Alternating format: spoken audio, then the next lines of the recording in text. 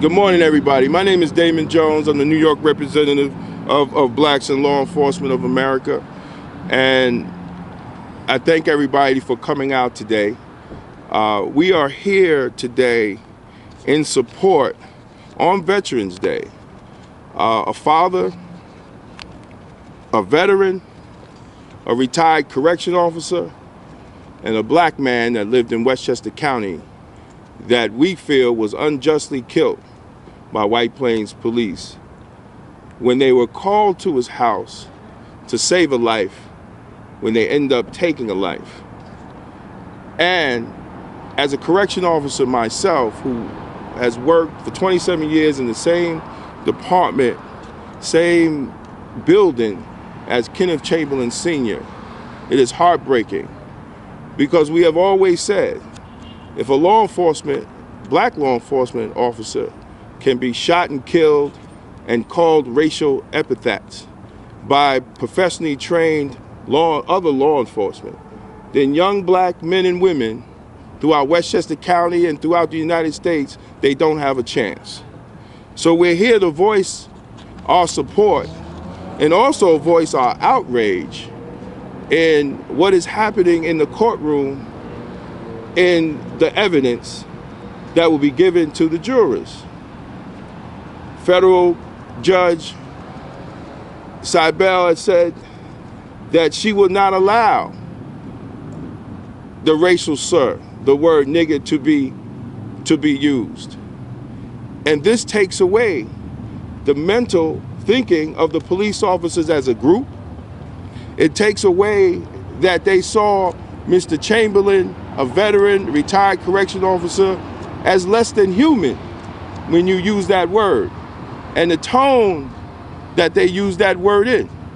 So we are also, as black law enforcement, we are outraged. There's many black law enforcement here, active and retired, standing here in support. And when we hear the tape, we know that that is not how professionals act. We know that is not how properly trained law enforcement treat people that they are sworn to protect and serve.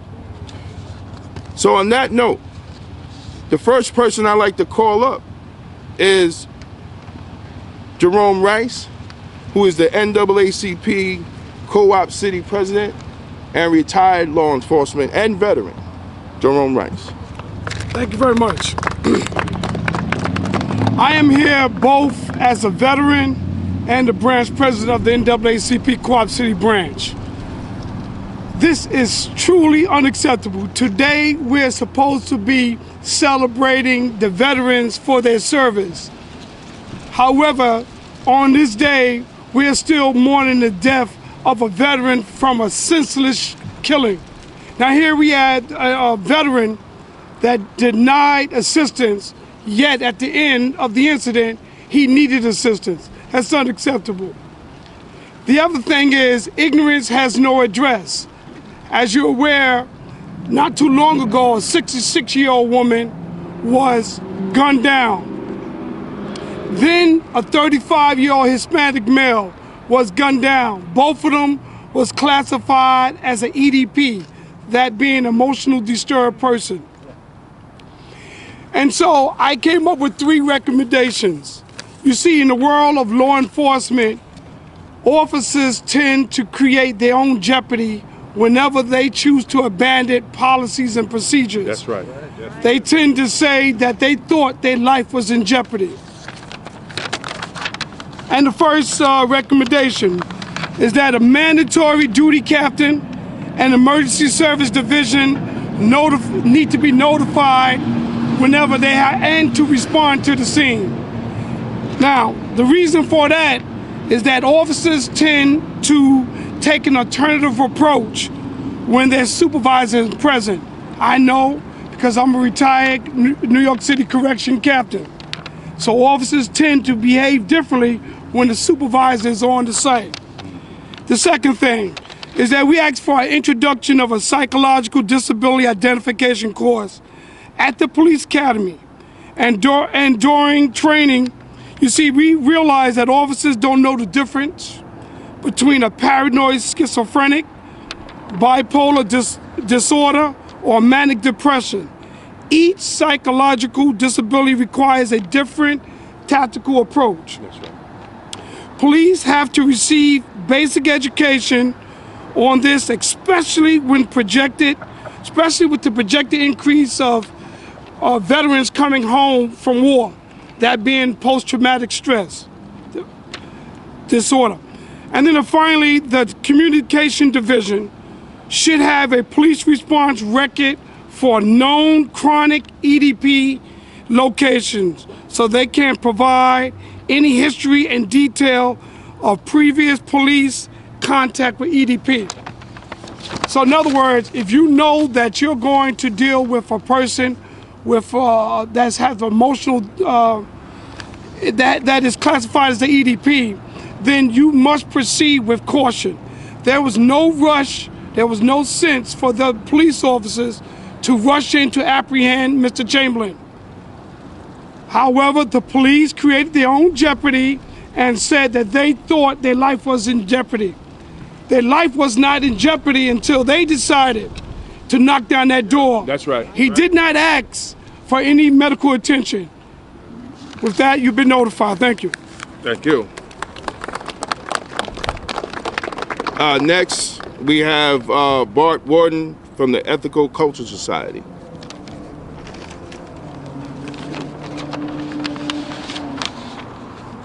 Thank you. It's been a long 5 years for the Chamberlain family and for the many people who have supported their effort to see justice done after the killing of Kenneth Chamberlain Sr. by the police in White Plains. I think we can all agree that there has been a grave miscarriage of justice in this matter. When police are sent to someone's home for a medical call and end up shooting and killing him in his home, that is a miscarriage of justice. When police bang on the door of someone who has committed no crime and not called them and then refuse to leave when asked, that is a miscarriage of justice.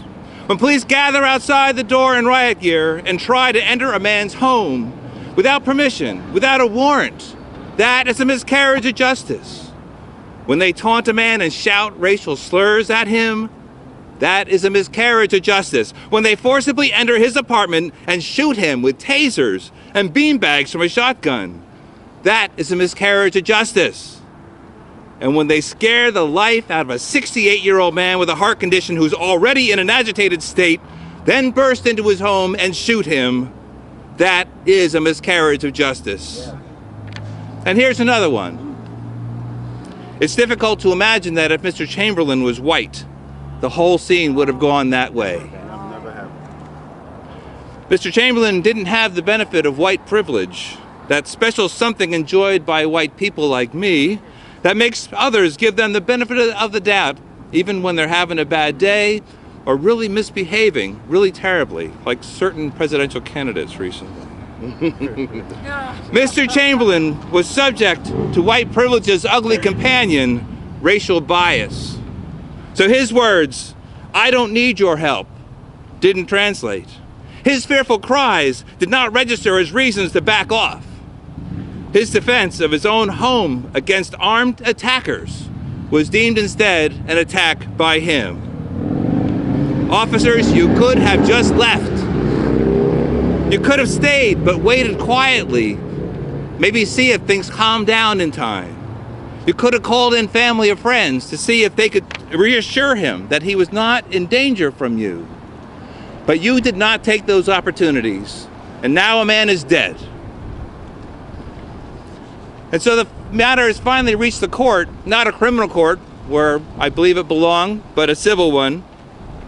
And it's all boiled down to the matter of a few terrible seconds in the lives of Mr. Chamberlain and the police officer who shot him. But the injustices go so far beyond those few seconds. So now I'm here in front of the federal courthouse, hoping some modicum of justice might still be served, but knowing all the same that in the end, there's been a profound miscarriage of justice that will not be reconciled. Thank you. Thank you very much.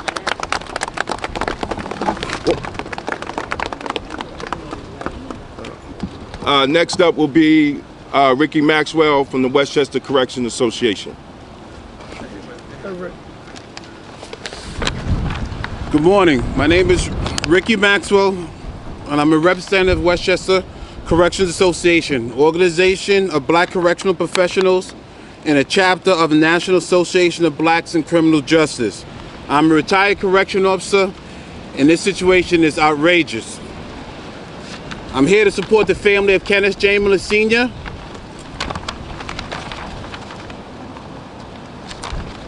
Oh, this breeze. Sorry, guys. We're here to let the public know that black correctional officers can relate to the issues that has led to the death of Brother Chamberlain. And we are just as outraged as the public. When retired black officers do not get respect, or when active black officers are shot and killed, the average black man has no chance. We stand together with the Chamberlain's family and to make sure this process is fairly and just. With that said, I want to give my support to all the troops out there today on Veterans Day.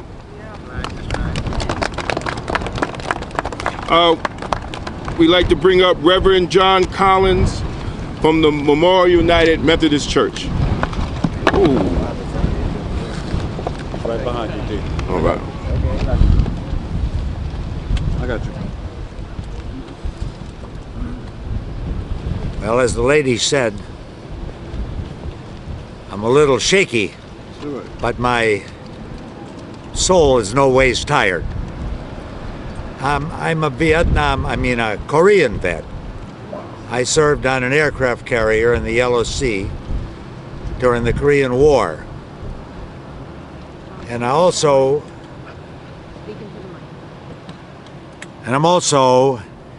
a member of the Memorial United Methodist Church. I'm an ordained minister. I served churches in East Harlem and the Bronx, and now very active at Memorial. And what I want to say is that there was no need for this to happen at all. That why were 6 officers sent to deal with a medical situation? Why wasn't the paramedics sent? I believe if Mr. Chamberlain had not been African American, if he had not been living in a low-income housing project, it would have been a whole different story. Right. A whole different story. That's right. And that's what happens in this society. And now they won't even permit the derogatory word used. Grab my cap. Don't worry about it. I got you. You're good. Okay. Now that's the wind of righteousness we That's feel. right, that's right. And it's blowing, it's not going to blow us down. No. That's right. Because the Bible says, let justice roll down like waters, righteousness like an ever-flowing stream. Yep. And what we're seeing in this case is injustice rolling down like waters. How many black men and children and women have to be killed before this country can wake up? So I'm happy to be here on behalf of my church and also the Westchester Coalition for Police Reform that is working against this kind of miscarriage of justice. Thank you. Thank you. Thank you.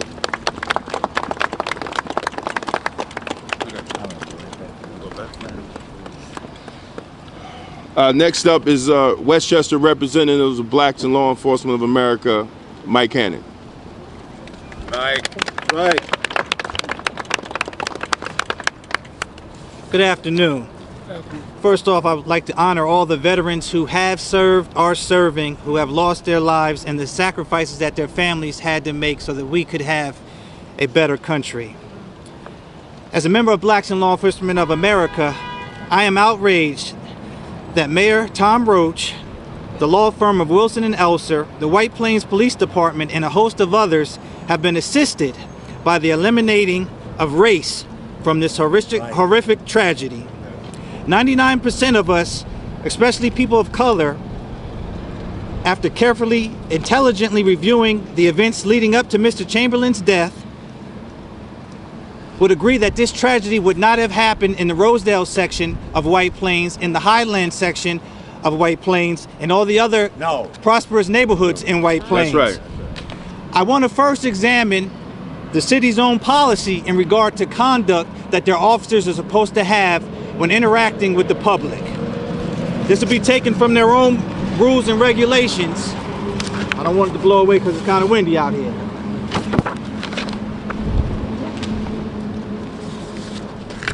City policy states harassment is a form of discrimination prohibited by law and is therefore illegal.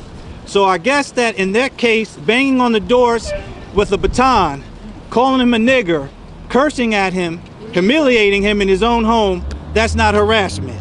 Harassment also refers to behavior which is personally offensive based on race or disability, which we know that Mr. Chamberlain was both an African American and had a mental disability. All members, while on duty, are responsible for the preservation of peace and the safety of citizens under their control.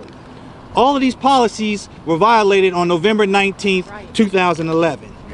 All members shall conduct themselves in a business-like manner like professionals while on duty. If anyone has heard the tape, if you go up there and listen to the testimony of their own officers, they were not behaving in a professional manner. Article 5, which deals specifically with conduct, refrain from the use of harsh, violent, insolent language while on duty. Calling him a nigger is violating that. That's right. Officers must conduct themselves in a courteous manner in associations with the public. Nothing done on November 19th was courteous in regards to Mr. Chamberlain Sr. Last but not least, no employee will explicitly ridicule, mock, or belittle any person. As we know, they violated their own policy and procedure on that day. That's right. And that is the hypocrisy of the White Plains Police Department in the city of White Plains. They've constantly allowed their officers to violate their own policy, and none are ever held accountable. That's right. I must say, though, what happens to us is only allowed because we allow it to happen. I'm heartbroken and disappointed by the 28 or 30 black cops on the White Plains Police Department. That's right. Especially the 2 black lieutenants. None have spoken up publicly in support of Mr. Kenneth Chamberlain Jr.'s fight, or at least speaking to the conduct or lack thereof leading up to his death. Also, the assault by their own chief on one of their own officers, and the wrongful termination of other black officers, Carlos Garcia, Dwayne Jones, Dale Davenport. So they've ignored their own brothers being wrongfully dealt with by their own police department. The use of the word nigger by some officers and the terror that they placed Mr. Kenneth Chamberlain Sr. in cannot be accepted. I have questions. Where is the Lone City Councilwoman of color, Nadine Hunt Robinson? How come she hasn't spoken up on any of these issues from 2011 to 2016? Where are you? Where have you been? What are you doing? I have to talk about the black ministers, the White Plains clergy. We have all these big churches over here with hundreds of members, and they won't come out here and talk about the incidents that are going on in this city in regards to the treatment of African Americans. One clergy happens to be an honorary chaplain of that police department, and he has said nothing publicly about the mistreatment of black officers and black citizens by the White Plains Police Department. The city is divided, and contrary to popular belief, because Mayor Roach has said on occasion that racism does not exist in White Plains, this city will always be divided. I want to close with this. People of color, until Tom Roach cleans house over there at the White Plains Police Department, maybe we should consider spending our hard-earned dollars elsewhere. Right. Take a lesson from our ancestors because they've showed us a way that boycotts do work. Thank you. Thank you, brother. All right.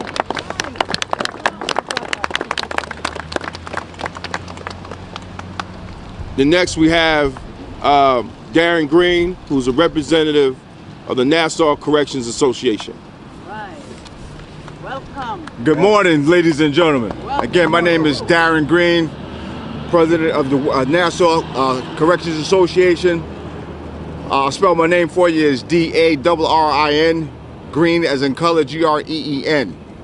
But one of the things that I want to really just point out is that I want to explicitly say, in these situations when it comes to white officers or just officers in general that are committing these heinous crimes while pulling the trigger too fast, is something that has never been considered across this country. Is when police officers go crazy. When police officers go crazy.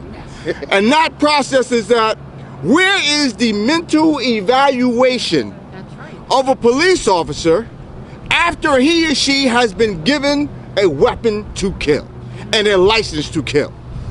You get a psychological exam prior to you getting the job, but there has never been a psychological exam given after you have been given the gun, which now gives you the power and the ability to take life. As I often say, we in law enforcement have the ability, more power than the President of the United States, because the President of the United States has the ability to order life to be taken, but we have the ability to take life upon what we see in that moment, in those split seconds.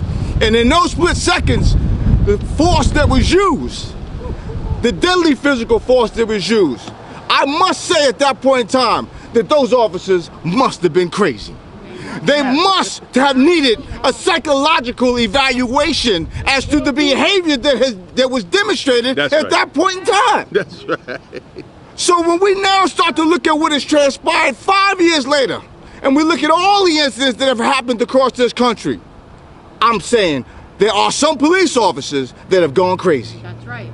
And we need to stop and take a look at how can we fix this problem. We need psychological evaluation. Yes, we need more training. Yes, we need diversity training. Yes, we need some things. So we need administrators to hold their people accountable. But guess what? When we start to look at the thought process on what these officers are thinking about going into these situations, we're going to find out that some of these officers are mentally unstable and do not deserve to have the job. Right. Yes. Yes, sir, brother. And at that point, then we can start to weed out those officers who call themselves law enforcement who don't fit the qualifications any longer. And I think until we get the ability to do that, until we can get administrators to start looking at their own people and say, you are unfit for duty. Amen. And you have been properly relieved. And all we want is those who are going to be able to do the job and protect the public, as they say, to protect and serve. Until we start to have that, ladies and gentlemen, we're going to have more police officers going crazy and taking lives of African Americans, taking lives of our boys and girls and our women and children. And we can't have that. We need to stop police officers from going crazy. Thank you. Ah.